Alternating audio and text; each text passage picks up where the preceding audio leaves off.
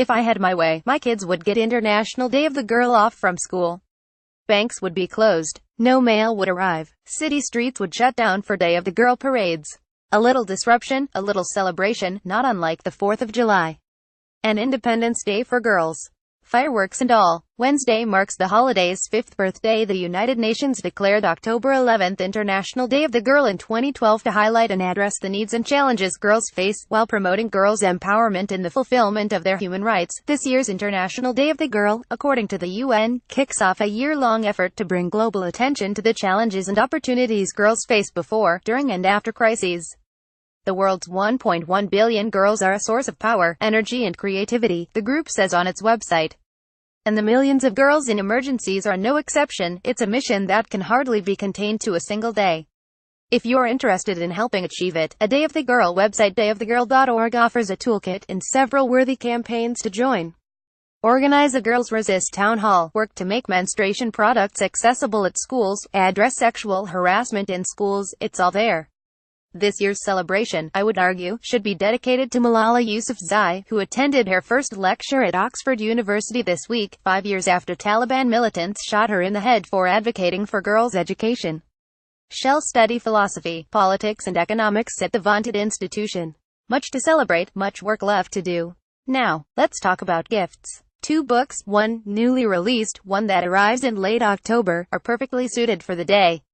The newly released book is First's Women Who Are Changing the World. Liberty Street, edited by Time magazine editor-in-chief Nancy Gibbs and photographed by Brazilian photographer Luis Ador.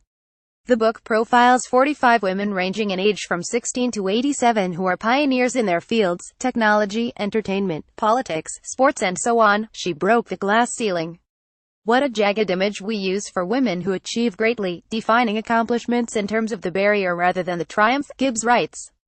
Talk to women about the forces that drive them, and they hit notes of joy and fascination, a passion for music or molecules or fastballs or food that took them places their sisters and mothers had not gone before. Serena Williams is profiled, first tennis player to win 23 Grand Slam singles titles. Rachel Maddow is in their first openly gay anchor to host a primetime news program.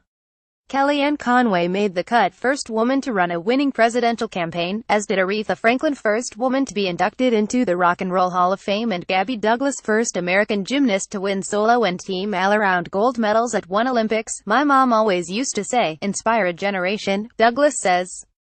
It's a remarkable lineup, and their stories are, in turns, bold and bewildering. I don't know if we've got bathroom facilities for you. Catherine Sullivan, the first American woman to walk in space, was told by her male colleagues at NASA.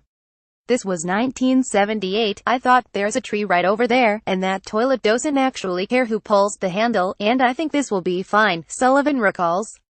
From Moan Davis, the first girl to pitch a shutout and win a Little League World Series game. I'm kind of used to striking out guys now, but when I first started, a lot of people didn't think I was good. Yeah, well. The second book is 200 Women Who Will Change the Way You See the World. Chronicle Books, and it hits stores October 31st. A belated gift, if you will. Edited by Ruth Hobday, Sharon Gelman, Marianne Lissandro and Jeff Blackwell, and photographed by Kieran Scott. The book poses the same 5 questions to women from all different backgrounds. What really matters to you? What brings you happiness? What do you regard as the lowest depth of misery? What would you change if you could? Which single word do you most identify with? Margaret Atwood is interviewed. Ashley Judd, Jane Goodall, Roxane Gay, Gabri Sidibe and Ruth Bader Ginsburg are interviewed. I would have society buy into the notion that daughters are to be cherished as much as sons, Ginsburg says, when asked what she would change. I don't want daughters to be held back by artificial barriers. Rather, they should be given the opportunity to grow, aspire and achieve according to whatever talents they have. That is my dream for the world, mine too.